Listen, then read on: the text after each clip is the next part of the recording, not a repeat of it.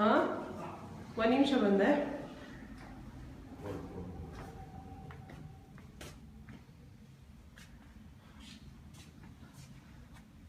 Design ಗೋಡ್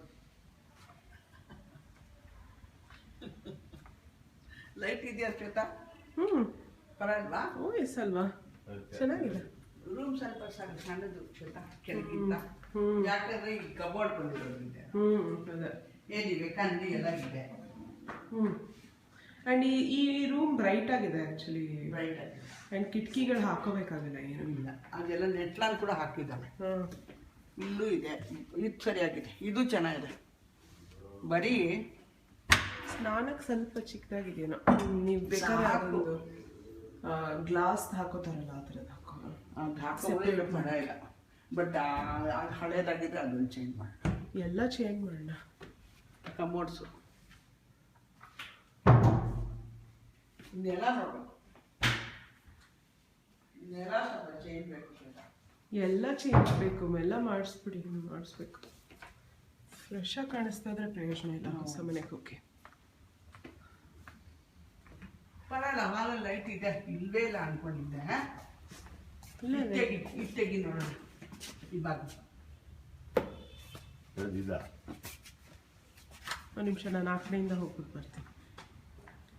ಇದು ದೇವ್ರ ಮನೆ. ದೇವ್ರ ಮನೆ ನಮಗೆ ಚೆನ್ನಾಗಿದೆ. ಪಟಾಕಿ ಹಾಕೊಂಡು ಗೋಡೆ ಕೂಡ ನನ್ನ ಹೇಳಿದ್ದು. ಅಡುಗೆ ಮನೆ ಕೆಳಗಡೆಗಿಂತ ಇದು ಸ್ವಲ್ಪ ದೊಡ್ಡದನ್ಸಲ್ಲ. ಹೌದು, ಇಲ್ಲ ಆಲ್ಮೋಸ್ಟ್ ಸೇಮ್ ಇದೆ. ದ ಓನ್ಲಿ ಥಿಂಗ್ ಇಸ್ ಆ ಸ್ಟೋರೇಜ್ ಇಂದ ಸ್ವಲ್ಪ ದೊಡ್ಡದಾಗಿ ಕಾಣಿಸುತ್ತೆ. ಬೆಳಗ್ಗೆ ಬೇರೆ ಆ ಸ್ಟೋರೇಜ್ ಅಲ್ಲಿ ಕಿಟಕಿ ಕೊಟ್ಟಿದ್ದಾರೆ.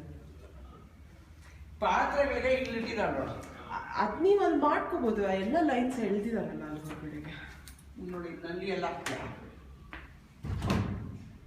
ಇದೇ ಗ್ರಾನೈಟ್ ಯೂಸ್ ಮಾಡ್ಬೋದು ಅಲ್ಲಿಗೆ. ಅಷ್ಟು ಜಾಗ ಇದೆಯಲ್ಲ, ಇಲ್ಲಿ ಇಟ್ಕೋಬೇಕು. ಓಕೆ, ಕಾಣಿಸ್ತಿಲ್ಲ ನಲ್ಲಿ. ಬಾಂಬೆ ಸ್ಟೈಲ್ ಕರೆಕ್ಟ್ ಮಾಡಿಬಿಟ್ಟಿದ್ದಾರೆ ಕರೆಕ್ಟಾಗಿ. ಯಾವುದು? ಬಟ್ಟೆ ಹರ್ವಾಕಕ್ಕೆ. ಹೌದು. ಅಗೇನ್ ಇದು several toilets. I don't know why. ಎರಡು, ಒಂದು ಅಟ್ಯಾಚ್ ಟಾಯ್ಲೆಟ್, ಒಂದು ಬಾತ್ರೂಮು, ಒಂದು ಇದೇನೇನೋ, ಇವೆಲ್ಲ ಚೇಂಜ್. ಅದೆಲ್ಲ ಬಾಗಿಲಿಟ್ಟಿದ್ದಾರೆ ಹಿಂದೆ ಹೋಗಕ್ಕೆ. ಅದೇ ಟೂ ಕಾಂಪ್ಲಿಕೇಟೆಡ್ ಇದೆ. ಇದು ನೋಡೋಣ, ಇಲ್ಲಿ ಅದ್ ನೋಡ್ತಂದ್ರೆ ಏನೋ ಸುಮ್ಮನೆ ಒಂದು ಕಲ್ಬಂಡೆ ಹಾಕಿದ್ದಾರೆ ಅಷ್ಟೇ, ವಾಷಿಂಗ್ ಏರಿಯಾ ತರ ಎಲ್ಲ. ಅದು ತೆಗಿಬೇಕು ರಾಡ್. ಹೀಗೆ ಹಳೆ ಕಾಲದ ಸ್ಟೈಲ್.